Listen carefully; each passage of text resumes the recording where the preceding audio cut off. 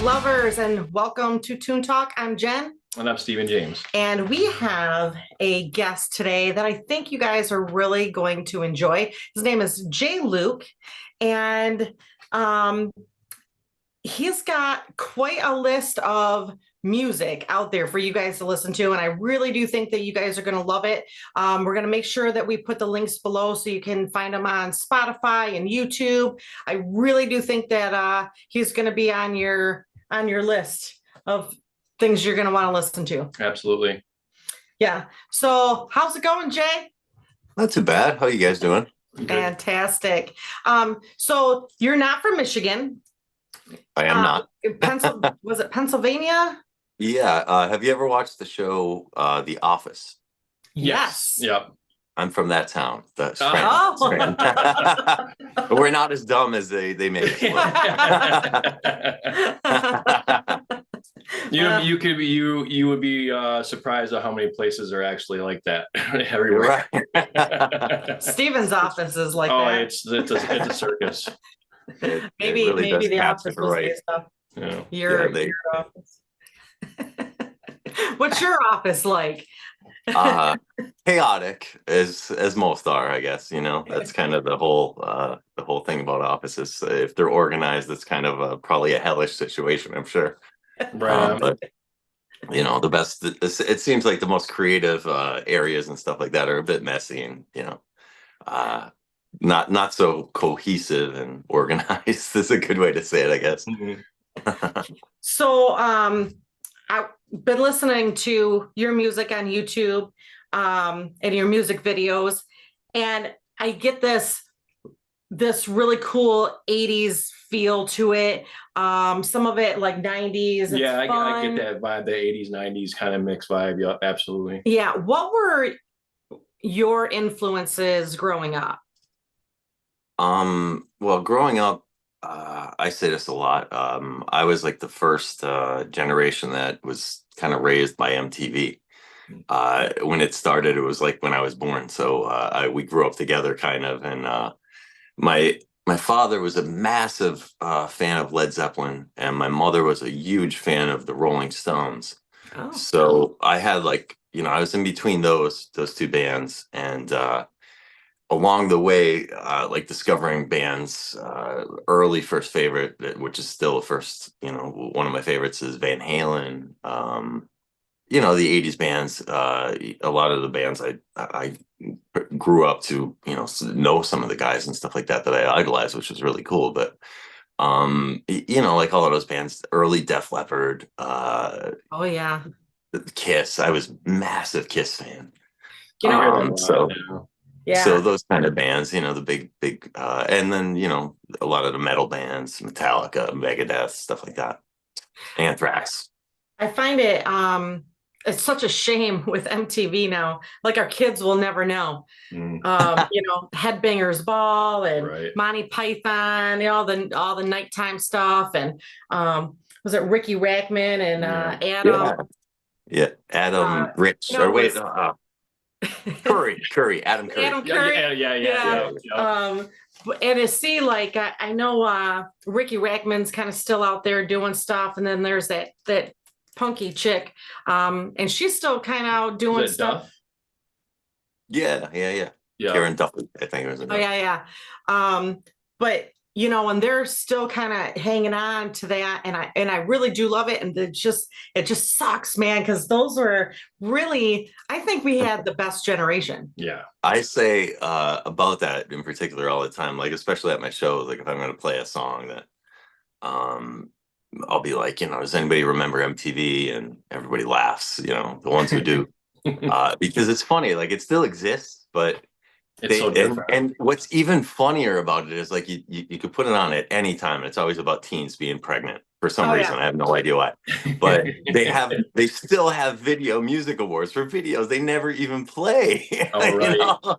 It's kind of bizarre, but whatever it is, it's like a graveyard of a good thing, kind of. Yeah. That's how I look at it. Yeah. Not that we didn't have teens getting pregnant in the 80s, but it was nowhere like It wasn't a television show that never ended. Exactly. I mean, we were Right. we were probably too busy, sneaking around smoking cigarettes and, dad's liquor and, hiding out in the room with our friends, listening, watching MTV and music videos. I mean, that's all we did. Yeah, it's like it's 24 almost like hours a day. they turned the camera around. They did. Yeah, absolutely. Yeah. Well, I know, going off of that and some of these early 80s, with the MTV and stuff, because I know Steven had brought up that. Guns N' Roses is one of my favorite bands growing up, and then I seen that had played some shows with Duff McKagan, and I thought that was just amazing. And them Yeah. guys were idols to me in my own music career. Yeah, for me, they were like the last really great, exciting band. Mhm. As far as I'm not saying that nobody else is exciting or whatever, but I Right. remember this was, and I feel like I'm 1,000 years old saying it, but I remember being in class when we used to pass cassettes around. Mhm. And yeah. there was like this unmarked cassette of it was a bootleg of what was to become Appetite for Destruction, their first album. And I recall getting it, and unlike most of the ones I got, I remember going, "Oh my God, like I'm gonna get in Right. trouble for listening to this. This is dangerous. These guys are like, wow, what?" It was so explosive. It was like uh at that particular time, it seemed like every band was like trying to be like Motley Crue or something like that. Right. Yeah. And here comes this band of like five really rough around the edges guys that were just as real as it got. And they were just, there was just still, to me, that album holds up so good. It's like if they stopped after that album, it was like their greatest hits album. It's perfect. So, Right. so It that was was really special. it's the scene, the very first scene in Welcome to the Jungle, when they're hopping off the bus in LA, and and it starts right there as the thing that mom and dad are gonna hate this. Like right away, you just know, and it's that Right. scream, Yeah. Yeah. It's really funny too is from those bands, and I'm sure it's a lot like maybe you guys with how you listen to stuff, but because of them, I discovered a lot of bands also because they were really like a kind of a band that wore their influences on their shoulder, kind of, Right. or on their sleeve rather. And I'm actually wearing a shirt now, a band called Hanoi Rocks, my favorite band of all time. I Awesome.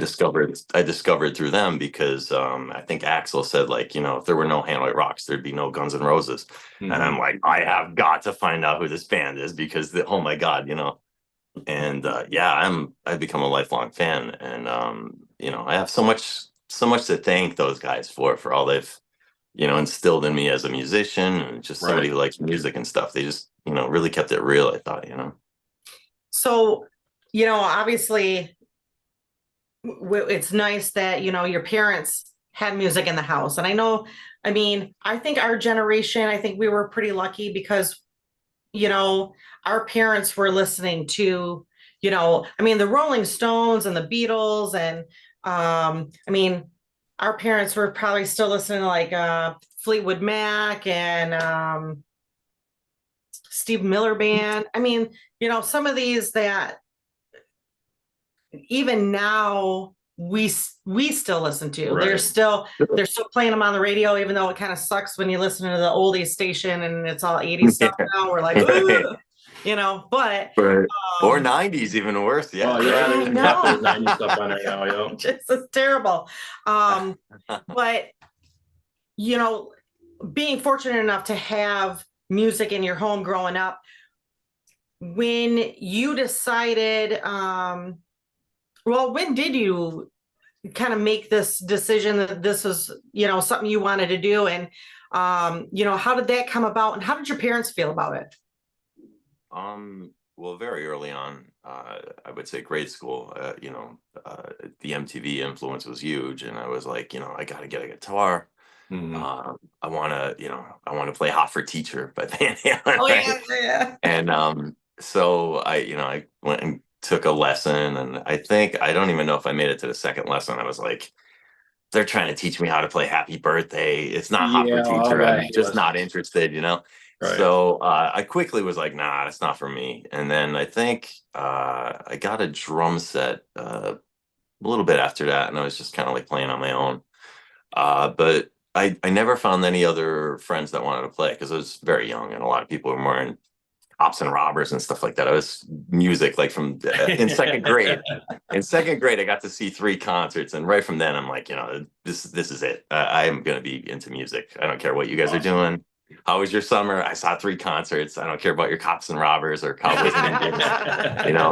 And, What were those shows? Motley Crue and White Snake, Nice. Cinderella and Bon Jovi. Awesome. And the third one was a real surprise, Striper, the band Striper. Did you have any idea that they were a Christian rock band? Because I didn't feel that at all. Why I knew that was I think my family was like, all right, he's into some weird stuff here, and at least we could take him to this concert because I think they're, these guys are safe after like Motley Crue and stuff like that. But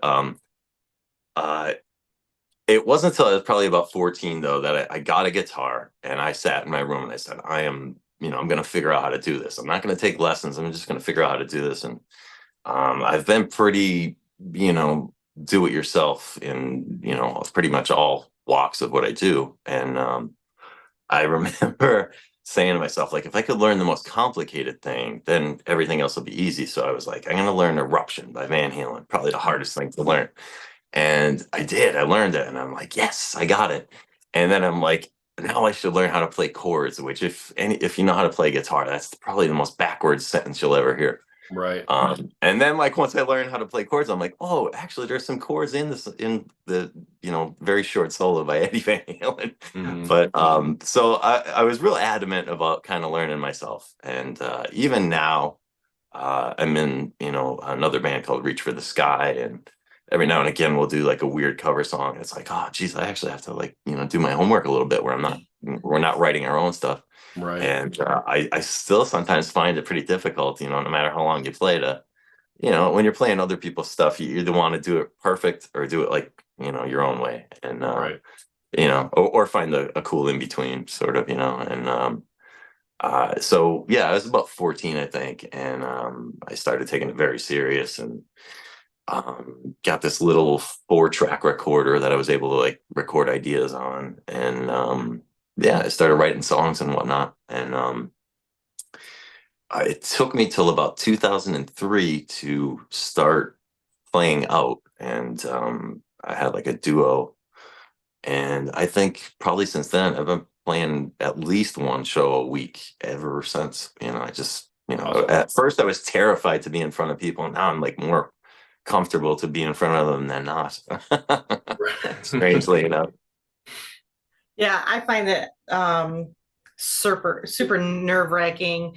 Like the podcast is fine because I'm not really in front of people, but I had a little opportunity over the weekend where I work. Hopefully maybe someday we can get you out at the vault in Saginaw, but yeah. So I had a little opportunity to get up on stage in front of everybody and, thank our sponsors and announce the bands. And surprisingly, I was only nervous once I realized that I was doing it in front of people, where initially I thought I was just going to be like at the sound booth. But as I was walking up, then I was fine, it's just for me is odd because I would have thought I would have had like a massive panic attack or something walking up on stage, but surprisingly I didn't. And boy, wouldn't that suck though? Like, as musicians and growing up, how we grew up and with the MTV, and I really do feel like so many people, when we sat down and watched MTV, that's what we wanted to do. I mean, I can't even think of anybody who didn't watch some video and say, that's what I'm going to do when I grow up. And I'm going to start 100%. now, and then to do that and then find out that you are extremely, terrified to be on stage or be in front of people. That would be terrible. Well, it's funny. It's funny about that because I remember it kind of going through that dilemma early on, going like, I hate talking in front of people and I hate whatever. And I'm going to be the leader of this band and I'm going to have to be, talking a lot in front of people. So I figured to myself, like, get over this.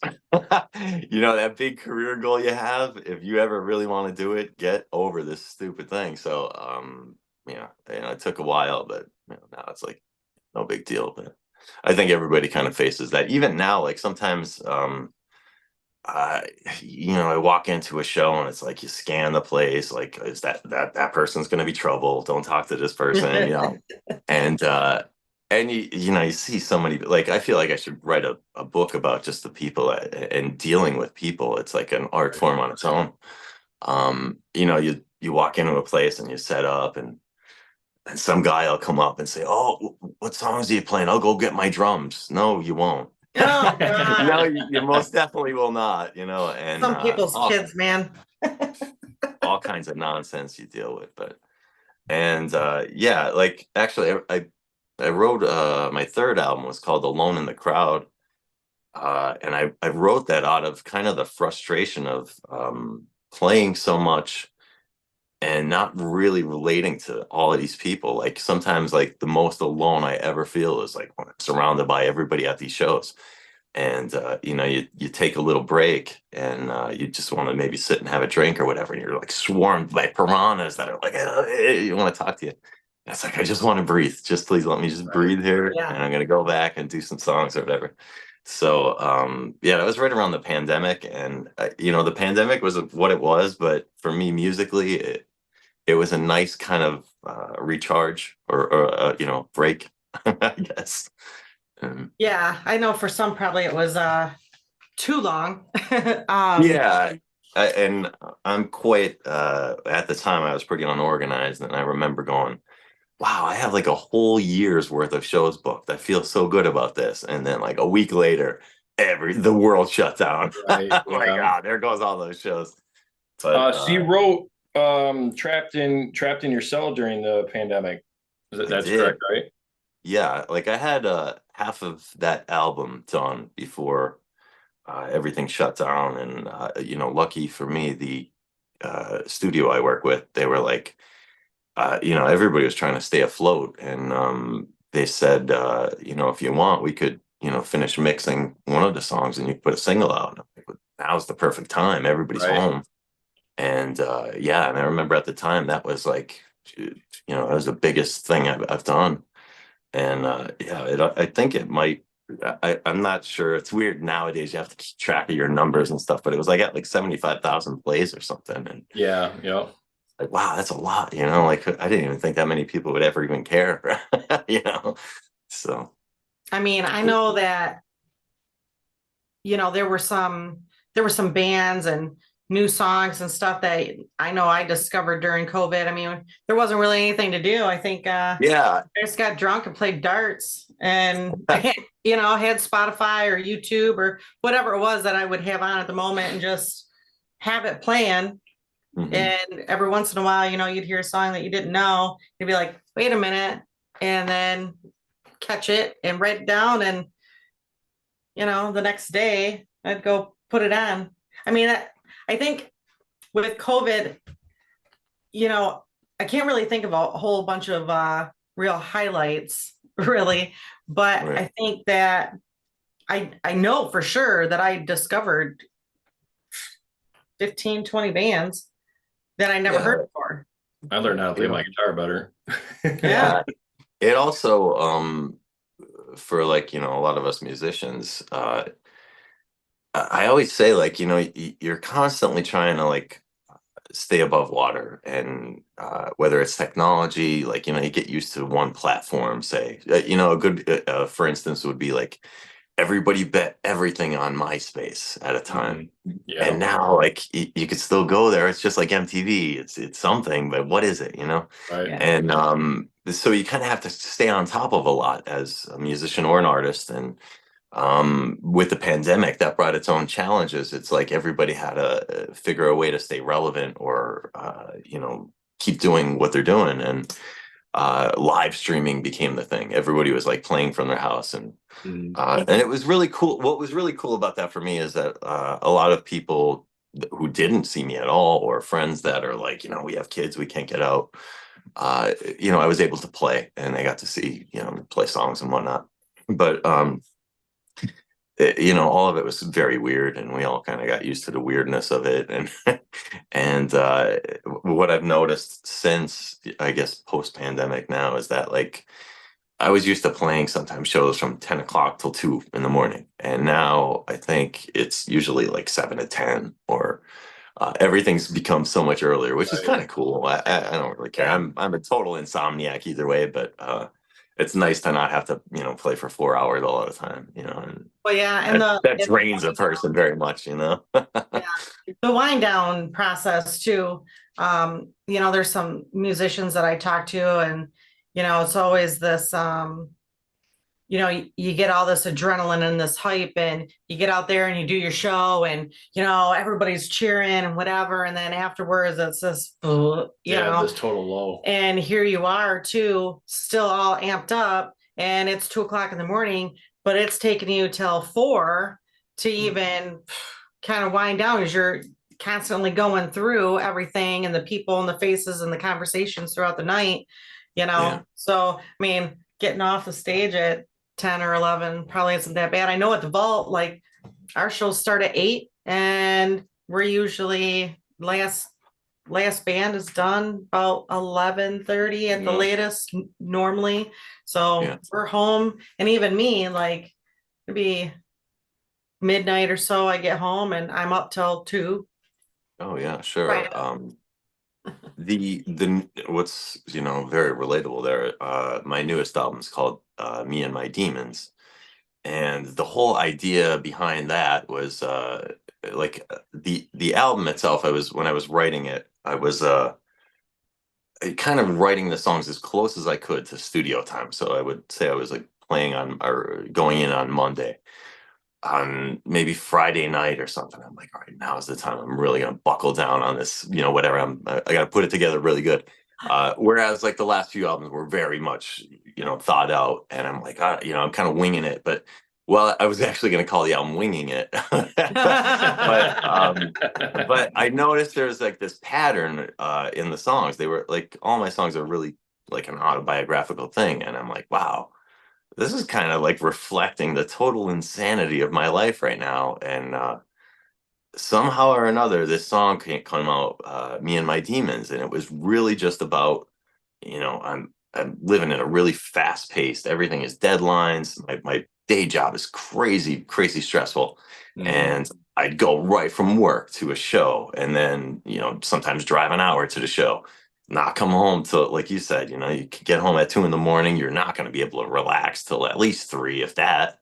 Right. And then have to, wake up at 7 in the morning and get ready for work again. And it's like, I have no problem with, being an insomniac and not sleeping for some weird reason. But during those hours between, like, the 2 in the morning and the 7 or whatever, when you have to get up, that's a weird time. And, I said to myself, I'm just sitting with me and my demons, and I was like, that's it. That's gonna be what the album's gonna be called. Nice. And everything was based around that. I was like, holy God, what a great idea. And it came like out of nowhere, but that's really what it feels like, though. That weird, vampire hours. It's like you're just sitting there going, oh my God, what do I do here? I don't know what to do with my feelings or whatever. You're just sitting there like, oh, Which I think that was the last video I just watched of yours before we came in, was Me and My Demons.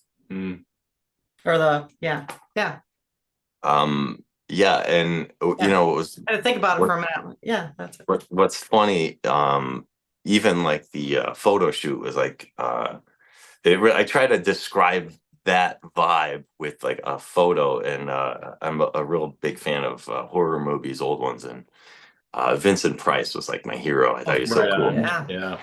So there was a movie, I think it was called The History of Mankind, where he's like, there was a close up of him, and a devil was on his shoulder, and he's like listening to him. Mm. And then he turns, and then there was another devil. I'm like, oh my God, that's such a great idea. So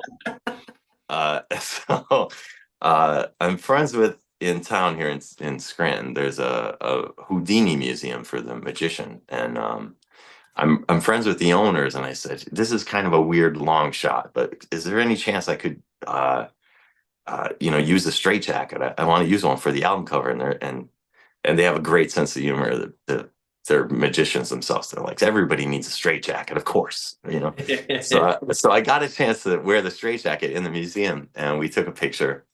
And I'm a graphic designer, so I put the devils next to me, and I thought, man, that's it. That is it. So everything about it was pretty epic. I thought it was really cool. Scranton, Pennsylvania. I swear I just watched Our president's from there. Yeah. Well, That's I guess that's kind of a debatable thing. A lot of people here say they say that he was like maybe here for a little bit. I don't really know the whole story. I'm not really Well, that yeah, political. so he claims. yeah, I mean, Right. every month or every week, he had different backgrounds Right. in life. Right. Whatever. Right. He's upset that his last name doesn't end in ski, and then sometimes it doesn't end in and like whatever. It's always constant. It's something. I don't really know, but yeah. But there I did watch I watched a music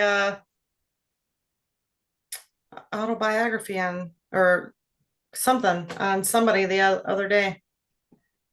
And it flashed as soon as you said it. I pictured it in my head, and then now it's just gone as I was spitting it out.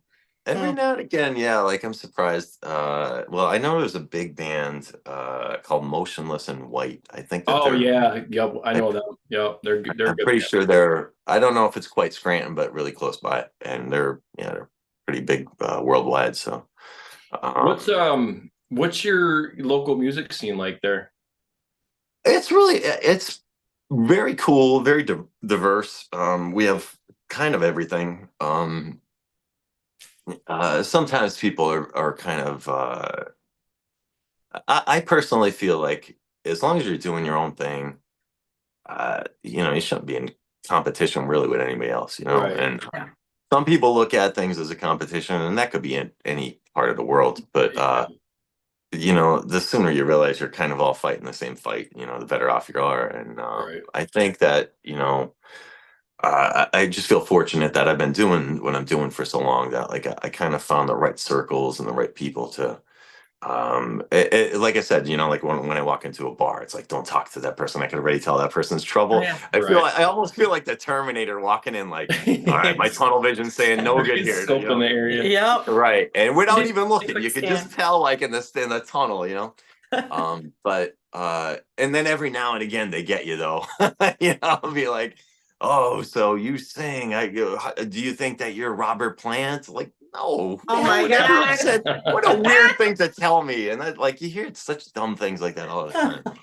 But I'll never forget that one. Yeah, like, wow, where did throw that them come off and be like, yes, I do. I'm Robert Plant reincarnated, and then it'll be like, well, really, but he's still alive.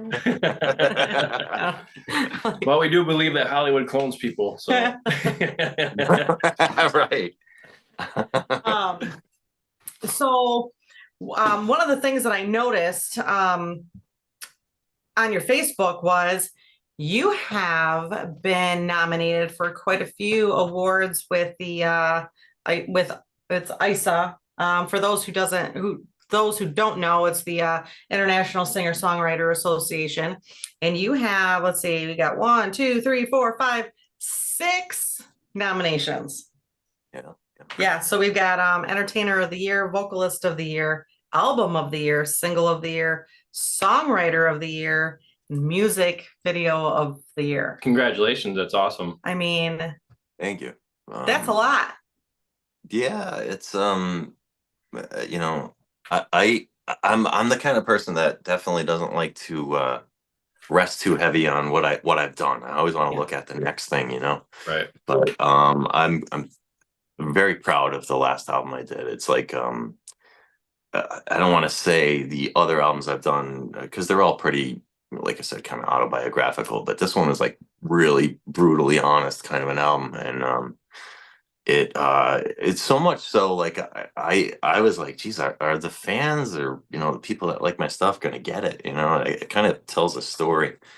And you know, to my surprise, like we got really press all over, I think everywhere but Antarctica. It's kind of crazy, you know, like all over the place. And I guess that's the beauty of music now, where um, you know, you put something out and you used to have to work really hard to get it all over the place. And well, and you still do to an extent. Yeah, you have to work hard to get people to listen to it. Right. Yeah. Yeah. But you know, you put an album out and it's everywhere. You know, it's just if somebody wants to listen to it, you know.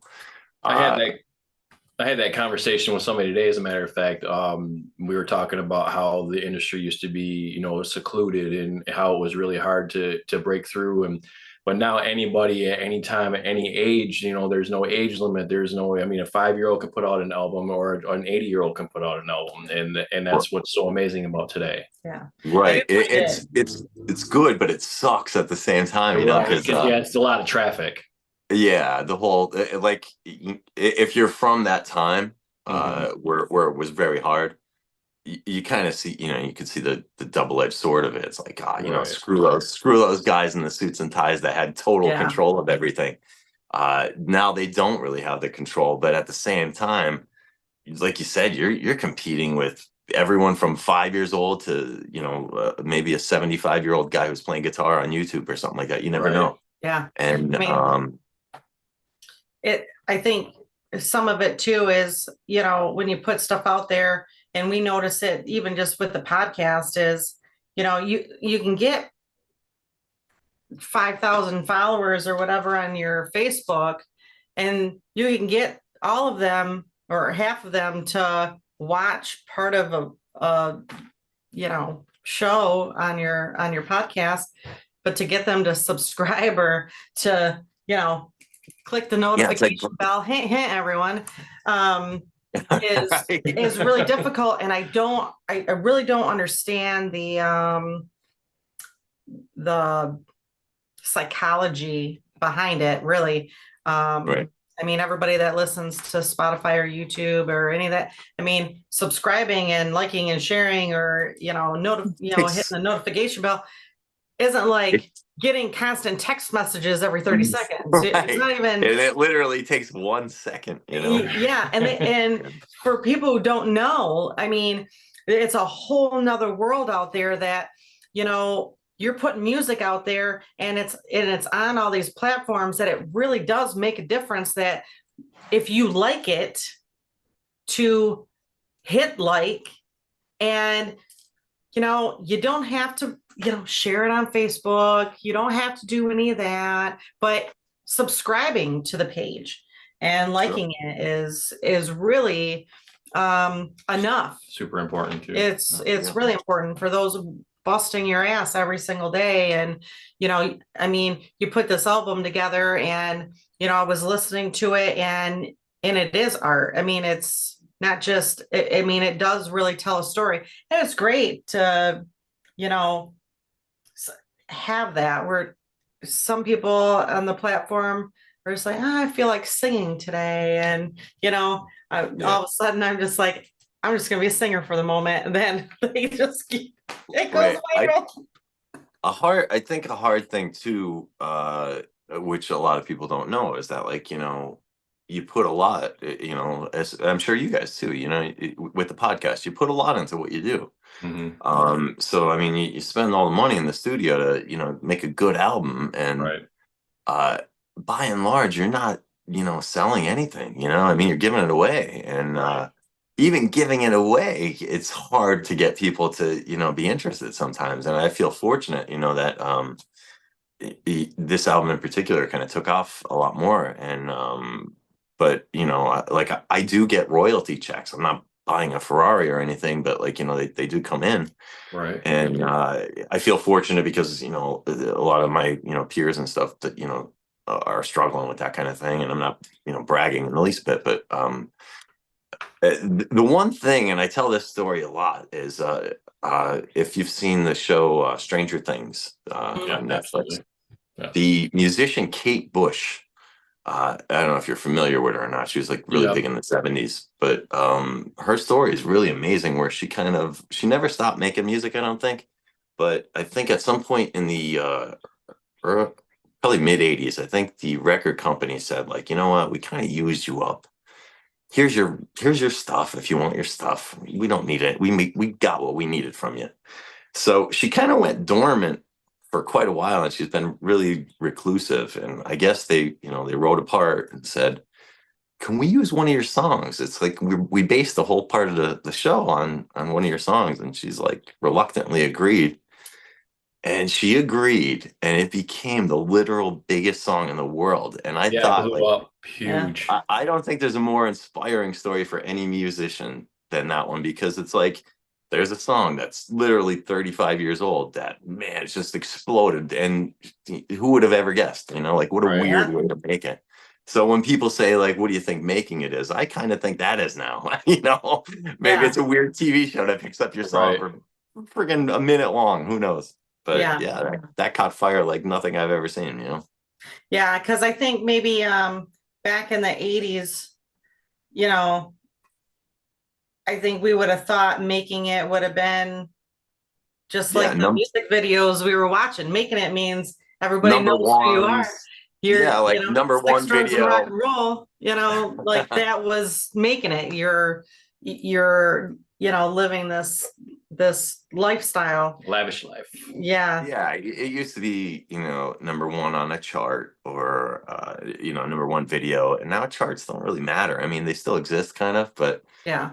it's just like, it's the Wild West. It's like your life's nowadays are based on likes and stream numbers and stuff like that. So unfortunately, I feel like I do have to kind of keep track of that stuff, where Right. because that's like kind of how people base stuff. Like, what do you do? It's like, oh, I don't know, I have this one song, and and all in all, I think I have like over 400,000 streams, and that's pretty cool.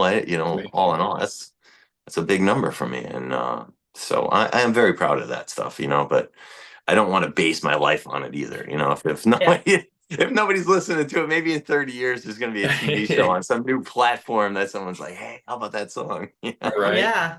I mean, I think that, I think it's really cool that, with the ISA nominations, as people say, like, well, it's just an honor to be nominated, which I'm sure that it is. I mean, you bust your ass, and gosh, you would hope, Right. but it's really nice that when it more than just being nominated by whoever, would be the amount of the likes or the comments, the positive feedback and the comments, and the people that do like and share. That's what I think, from the people that I've talked to, really kind of keeps them motivated now every day to keep it going. I think another pitfall or danger in I guess the newest generation. I'm not even sure how it goes, but so many people think life is an American Idol show, and it's not. Yeah. What breaks my heart the most is that people believe it. Like, just because you wait in line, I mean, I'm not discounting that anyone's talented, but you wait in line to, be judged, which first of all is goofy. I think that's ridiculous, but it is what it is. You're not going to change that. And judgment won't stop, just on a TV show. But you have to learn something very important. You have to learn to fail, Absolutely. So like you have to play at a dive bar with no one there, with a heckling bastard at the end of the bar, and learn how to deal with that kind of thing. Because if you don't, geez, these kids can't handle that kind of rejection, Right. So that's a very important part about being a musician, like learning how to handle the stress of it, and turning that into an art form. Because I think that kind of really makes a performer, learning how to handle the audience, and turning a heckler. You turn a heckler into part of the show if you could. Because not everybody that is on the show who even makes it to, say, the top 3 are like the Kelly Clarksons and Carrie Underwoods, where uh, they've never had to deal with what you're talking about. They've never had to be in that bar. You know, they never had to deal Yeah, with the some of struggle these. of it. Yeah, but there's quite a few on there that have after the show have had to deal with it and then gave up, and that's super unfortunate. You know, the people on there, I think it's a whole unique situation. I think being up there and doing it after the initial, interview Right. song, after that is gotta be insanely nerve-wracking for anybody. But Right. it's very unfortunate that I mean, Steven's been in bands for a long time. I've been around the music scene since high school and know a lot of people and watch them all go out. And to me, it was fun. I mean, like even when you had like, I don't know if you guys had like battle of the bands with your like with the high schools or Oh whatever. yeah, that And stuff goes on. Yeah. you'd always have like, a whole group of like 20 people going, like bashing you, and you Yeah. just like want to stick it to them. And you do when you get up on stage, it's exactly what you do. And that's your moment to Right. shine. Where now it's like, you're booing me. Right. I think, instead of American Idol, a funnier and more realistic version would be like, what's the one show? It's like Undercover Boss or something, Oh, where there'd be like, where they set you up in a dive bar sort of situation with really rough people. And at the end of the show, some guy comes up and says, "Hey, I own a record label and very, very good job. You did a good job. We'd like to talk after the thing." That would be really cool. That's a great But idea. you'd never That's a see really that, good you know. idea. Oh my Yeah, but goodness. We're putting all this, somebody's gonna see this. So I think we need to put a Damn it, patent on it copyright right that. now. Copyright that right now. We claim this. What's the date? No, that's a good idea because that's where you really kind of see the real thing, when you're Yeah. Playing and all- not you know, that, of course, when you're surrounded by a positive situation and a positive environment, you're gonna see some positive results. But when you can make positive stuff from negative stuff, that's where your gold is, Yeah, I played them shows, shows with where you're playing for the other bands and their girlfriends and their Oh family. yeah. Or, Yep. or you just got two people, or you do got the hecklers. So yeah, I've done many, many of those. And they stand like, when are you going to be done? Yeah. Or worse yet, like somebody at the bar going, I'm trying to watch this show. Can you please be done? Right. And then they turn the volume on their phone up really high. Yeah. See, that's why I was talking to somebody today because I was, kind of just search around for like a side gig because I do the original thing, and we just opened up for Tantric this past Thursday, which was awesome. Nice. But I had somebody contact me and he's like, well, I told him the kind of type because I'm more new metal. The band that I'm in right now is rock and roll, but the stuff that I write is more drop tuning, new metal kind of stuff. Yeah. And I told him this is what I was looking for, and he's like, "Well, that's not going to get me that's not going to pay you." And he's like, I understand that, but I did the top 40 for many, many years, and this is where I'm at in my life. This is what I want to do. It kind of drains your soul after a while, Yeah. And that's another thing too, like as far as being a musician too, you find out that like you bare your soul and you're like, wow, that was very, very difficult for me to do. And at the same time, there's a guy who's just like, playing the same stuff everybody else is playing, making a killing. And it's like, Right. God, so you have to deal with that too, Mm-hmm. So, Yeah, I think it's a little disappointing sometimes when you get like, we have a couple, we actually have quite a few bands in town. And don't get me wrong, they're really good, but all they do is play covers. And of course Sure. they get the big crowds on, the Friday and Saturday night when, we have a couple bars in town that's all local and local music all night. And, you'll be lucky to get 20 people in there, but they're all doing the stuff that they're all familiar with. I I guess, I don't know. Just how the cookie crumbles. It is. My best friend said to me yesterday, we were listening to his new single at the pool, and she says, I listen to that probably 3 times a day.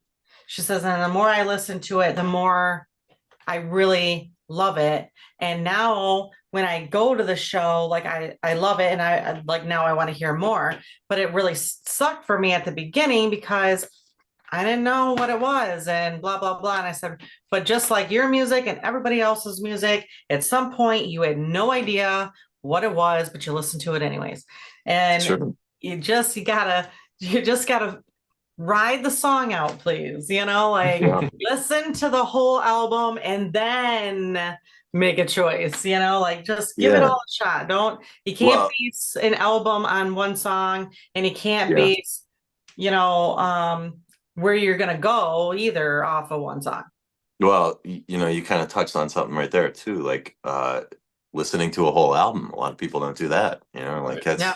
it's very frustrating as an artist where it's like, especially for, like what I did, I kind of wrote an album that's a whole story. Right. And you're just picking out a little piece of the story, which is, I'm grateful anybody listens, but still it's like a whole story. And Yeah. if you like a good, for example, is like the whole album is like, it's pretty rough, it's like a rough story. And then at the very end, there's a real positive kind of a message. You might not get that. And you might think, wow, what a negative guy this guy is, or Right. whatever, If you're So, taking it out of context, absolutely, yeah. 100%. And Yeah. also, just like you said though, too, I actually did see a video of Guns N' Roses playing the song November Rain Yeah. Mhm. for just as many people as I would play at a dive bar or something like that. And no one knew what it was. And no one had any idea that they were listening to what was going to be one of the biggest songs, maybe Yeah. ever. And I'm sure like Led Zeppelin played Stairway to Heaven. And people are like, don't know what the Right. hell this is. When are they going to play a song we know? Yeah. So everybody's gone through it. It's just, you guys, stick with it and just keep playing moving it. forward. Absolutely, yeah. Yeah. I think it's hard too with the platforms that we listen to. It's a single song. It's not I feel like maybe it should be laid out a little bit better, that instead of just having a single that plays, that maybe there's an option to click and hear the whole album, Mhm. 'cause Yeah. they don't do that. They don't do that Yeah. at all. It just goes from one song, now you get the next. And Well, it Yeah. depends if you're on a playlist though, but you can, there's ways where you can find that. well, if you're listening to it Well, you for the gotta first time, dig you're not deeper, getting and it. people's attention spans are very low these days, and Yeah. so Like yeah. that's, that's all part of the new art form of them all, trying to Yeah. figure out these ways to get yourself out there and stuff. The whole But TikTok generation. yeah, and that's another thing too. Like, I mean, that's one thing where I feel like I'm just too old to figure it out, And but I don't want to say that. I'm eventually going to have to probably do it, if everybody else is doing it. But yeah, the basic thing is just keep at it, and you're. I personally am going to keep making albums, whether or not people are listening to them. But I do always release singles ahead of time to kind of get some attention for it. Right. And I personally try to make like an album a year if I can, if I'm ambitious enough. And this year I'm pretty late into the game. I'm going into the studio next week or 2 weeks. But it's weird though, like, another thing comparing the new time versus old time is that like you put an album out and you kind of like promote that for a whole year and maybe go on tour and stuff.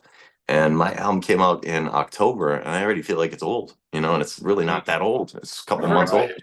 So yeah, it's like old news. It's like, so what's your next thing? Like, geez, I'm still Right. writing, So Started that's this. What do you mean? That's just how it goes. Yeah. yeah, it's part of the Single. pressure of doing it, I just dropped my single in March, and I'm already trying to get up my next one. You have to, it's the way it goes.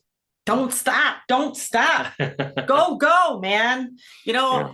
And so, I mean, I think the other thing too, I just want to touch on is writing music. So you're a songwriter. Well, I look at songwriting as, also a Wild West sort of thing where I don't have any particular format. Like sometimes I'll sit with a guitar and I'll be like, oh, that sounds cool. I like that idea. And I have to remember that idea, which is a challenge on its own. But then I'll also maybe one time write a whole song, like lyrics, you know. Mhm. Or other times it's like, oh man, that's a really good line. I have to remember that line.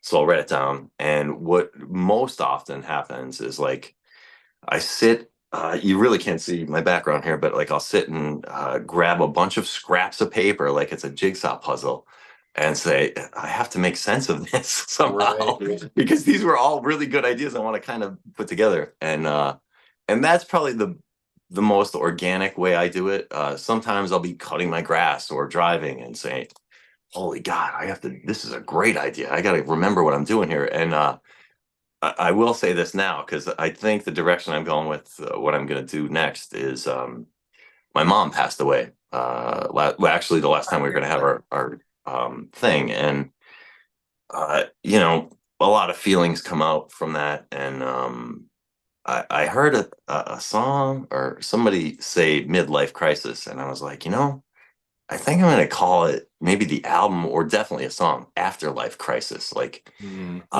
and it's not going to be so much, you know, about, you know, somebody dying or whatever, but just the whole idea, like, you know, we know that forever doesn't exist, but we live like it does, you know, like, oh, Yeah. we'll get to it tomorrow. Yeah.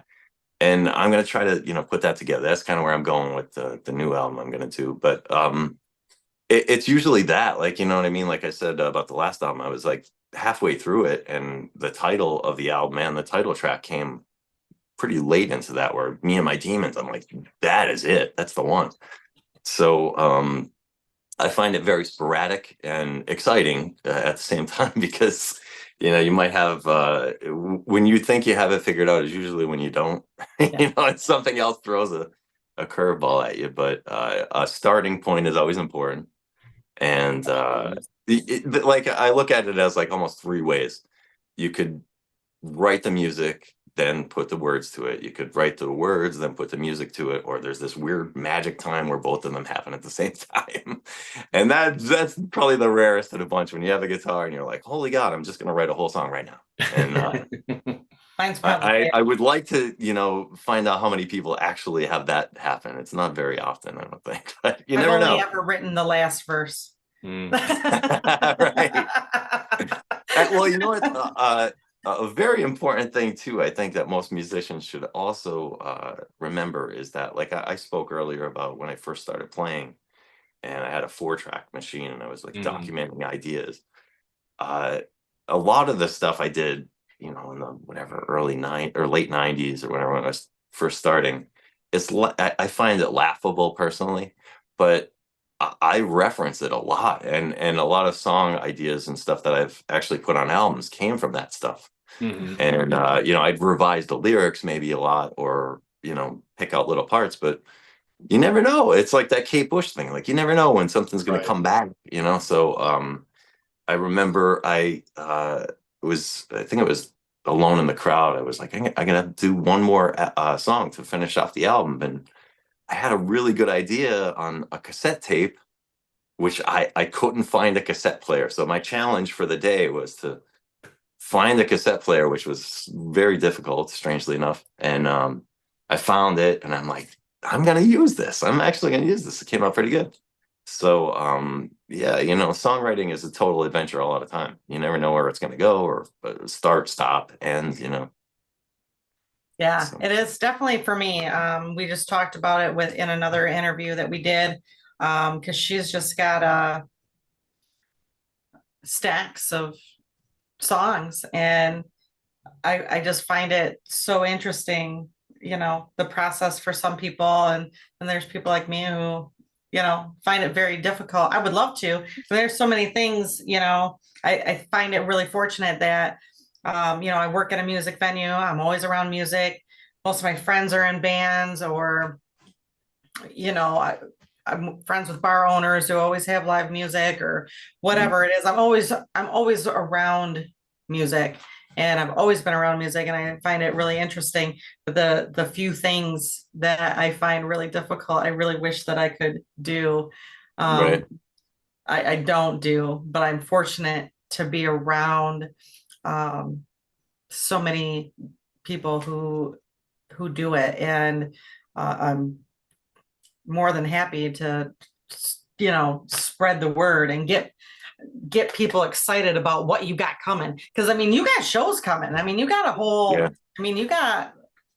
I mean, Yeah, you're booked out quite a bit. it's that's a whole other thing too. It's like, I'm always busy, and I'd love to say that when, you know, most of us say when I have free time, Right. I lose my mind. I can't sit still. I'm like, I should be doing stuff. So, that kind of creates another thing too. You get into a workaholic kind of mode too, where you can't like turn it off, and sometimes that's really frustrating for the people that you're around. Right. Sometimes like, speaking about songwriting, like I'll be out with friends or something, and man, when the idea hits, I'm gone. It's not that I'm gone, but I'm like, I might be, Yeah. right, if Right. they're at a bar, We got a napkin and a I'm writing on the pencil. paper. It's like, I'm here, just like, I have to get this down. And I remember I did get one down, and I lost the paper, and I'm like, oh Oh, no, I worked so hard on that. And the bar owner's like, I did find something. I'm like, please God, that would be really important to me. So yeah, it's once you become that, that person that is constantly working or has these ideas, you don't want to lose them. And documentation is so important. I know that it's funny because every now and again, if I'm cleaning out an office or something, I still find random stuff. It's like, oh my God, that there's a song idea I kind of abandoned a long time ago. Yeah. oh, I And got some of and those sometimes absolutely. it's like, that's why I abandoned it. It's not that good. Or sometimes they come from the ashes, and like start over I again. have So heard some people though, that have done that, but they still, everything is kept, but something happens later on in life where it's relevant and whip yes, it. Yes. Whip it back out, 100%. change it up just a little bit, but that's the reason why you kept it. Mhm. Yeah. Um, I have to say this. As a musician, it's a big part of why I do what I do. There's an album by a band that most people have their own image of, if you even know who they are at all. There's a band called Wasp, Oh yeah. WASP, and they're kind of like known for shock rock, I guess you'd say. But later on in their career, which was 1991, there was an album called The Crimson Idol that was this concept album that it's like it'll forever be my favorite album, and it is why I write music, because I never related to anything more in my life as like it's kind of a story of a young kid who grew up in a rough situation and goes out and he makes music and became very successful, and all he wanted to do was like kind of show his parents that I made something of myself, and the parents wanted nothing to do with him, and it was just, I don't know, every time I listened to the album, and I actually played with Wasp and I had a really bad experience, but but it took me like 5 years to go back and listen to the album, and I'm like, I don't care how bad the experience was, I will never forget how this album gets me. And Right. several times, like in several stages of my life, it just means something else, and it's like it's just such a magical thing for me. So I think that's where my love of everything, especially writing, came from. Like, because my writing isn't about like, as much as I like Van Halen and bands like that, I can't write like these happy good time songs. It has to be about something I'm going through or something I see somebody else going through, and really personal and relatable. Otherwise, it's like, I don't know. I feel like you're just faking it. Right, And absolutely. Totally. No, and I prefer music that I can relate to and that I can, because music is, it's emotional. It's, I mean, I have to love and be in into what I'm doing, and have that feeling that I'm getting from it in order for me to continue. Otherwise, it's just not, it's yeah, just or you not feel there. like Yeah. you feel kind of like a prostitute or something. Yeah, yeah, Yeah. It's absolutely. like yeah, you're just making money and you feel dirty about it, I think. So Right. Well, when yeah. I mean, there's music. And I think it's funny, and we're talking about it, and I was just thinking, remembering when we're talking about Van Halen, and I was thinking to myself for a hot second, like, who should we start a debate? Like Hagar, or, anyways, but we won't go down that road. But I mean, y'all want We to leave a can. comment, It's go ahead, David I'm Lee really- Roth. David Lee Roth is the answer. Yeah. But I have to say, and I'll agree that most of us, we listen to music and continue to listen to it over and over again because we find it something that's really relatable. But I mean, you got songs like Hot for Teacher. Maybe because in 7th grade, 6th grade, we all found the principal to be hot, or whatever it was. Maybe, I don't know, but I The mean, principal. but there is, or the teacher, whatever. I had a couple teacher crushes in my know, day. I didn't, but I loved the song. I mean, I think it was that whole the drum solo at the beginning, and Well, there was stuff that those songs that grabbed you too, though. Yeah. And I mean, Right. and even though it wasn't, emotional and kind of what was me, it was happy and upbeat, but there was things about those songs that still pulled you in. yeah, Right. I mean, Well, there's like, some- well, all I say about that in particular, like with Van Halen, for me, you could be in Antarctica, and if Van Halen is on, if for me, I'll roll the window down because they're Oh, yeah. a summer good time. That's what it is. It's like summer good Right. time music, yeah, and that'll always be that for me. For other people, maybe not so much. And I love them for that. I love everything about what they did, but because they were having that good time, you know what I mean? And a lot of us, like I can't think of anything I would probably do less when I'm having a good time than write music. Yeah. Almost, it's like Yeah. I go in there with a vengeance with my pen. It's like I am gonna, I don't need a therapist. I'm gonna just write this out. So we all have different styles, but Right. but mine is very personal and like a diary almost, yeah. Which I personally love that. I mean, I find that in my conversations in the podcast, when we talk about it, and I do go back and pay attention to what I'm listening to, and it is all something that there's Have a something connection, relatable in there. Yeah. I mean, it's all that way now. I mean, what did we know when we were 10? We didn't know anything, so I mean, whatever. Yeah, well, yeah. I mean, it definitely, and I've said this before too. Music, same kind of music means different things to you in different parts of your life. It really does, No, I mean, and well, I was just gonna say, like, how sometimes, like, when you're younger, you might say, like, screw that band, I'm not into them, and then 10 or 20 years go by and you're like, wow, I should give that band a chance. And a lot of times you come back and say, wow, I kind of missed the boat on this one, and I have a really weird one that I'll say, Oasis. I hated them when they came out, and I don't know, I watched some interview where they're obnoxious. They're so obnoxious, but it's hilarious. And their humor is what made me go, I'm gonna give them a chance. What the hell, And oh my God, I end up being such a massive fan. And it's just because underneath it all, they don't really take themselves as serious at all as they come off as. And that's the joke. And it's so funny. They're so funny. The whole brothers fighting all the time thing. Constantly. Yeah, I remember there was that celebrity death match on MTV when that was a thing. Their jabbing just never stops, and it really did. It drew me in. It was like, wow, I got into them because of the comedy of it all, I gotta say. So it's funny. Well, I really hope that I mean, I'm a documentary person, and I love watching interviews, even like with people that I don't know, but then I learned so much. And then like David Foster, like I was like, who the hell is David Foster?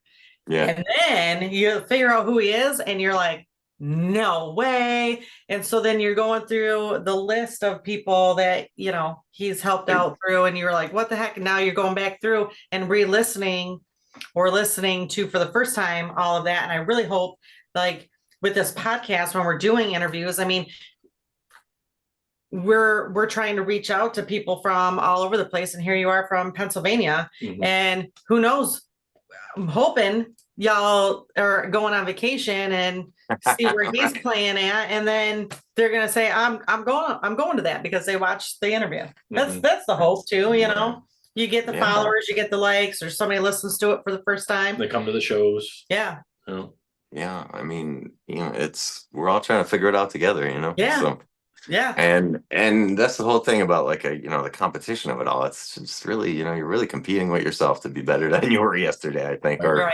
go further or reach a bigger audience or something. So, the more people work together, the better everybody is ultimately. So, Totally agree. I'm hoping too, so with the new album being out and knowing now for all of you folks that maybe missed it somehow, which I would find difficult, but to listen to the whole entire album because it's a story. The whole thing, Yeah. just try and go through the whole thing. And we're going to make sure that we post a link here so you can follow him on all social media platforms and give it a try. And then yeah, if you think it subscribe. sucks, then don't listen. That's all. At least give the whole thing a listen, the whole thing. Like I double dog dare you to listen to the whole dang thing. So absolutely, Jay, we'd love to thank you for being on our podcast. We really enjoyed having you, and we're great to meet you. And we hope to see much more coming from you in the future. Yeah, maybe we'll get Absolutely. lucky and get you guys out to Saginaw. That'd Absolutely. be great. The Vault is a Yeah. great venue if you ever, want to look up Bill Peters or at the Vault. At the Vault. Help and give him a shout for Chuck Russo. Is it Russo? Rossio. Rossio does the booking there. Yeah. So, and we'll give him your name too. Awesome. Yeah, we'd love to personally meet you. Absolutely. Right Yeah. on. That'd be cool. Yeah, thank you so much for your time, everybody. Thank you guys for tuning in. Don't forget to click the link and like and share, subscribe, whatever you can to Jay Luke's material. We all really appreciate it. Thank you guys again for tuning in, and always remember to keep the music playing. Take care.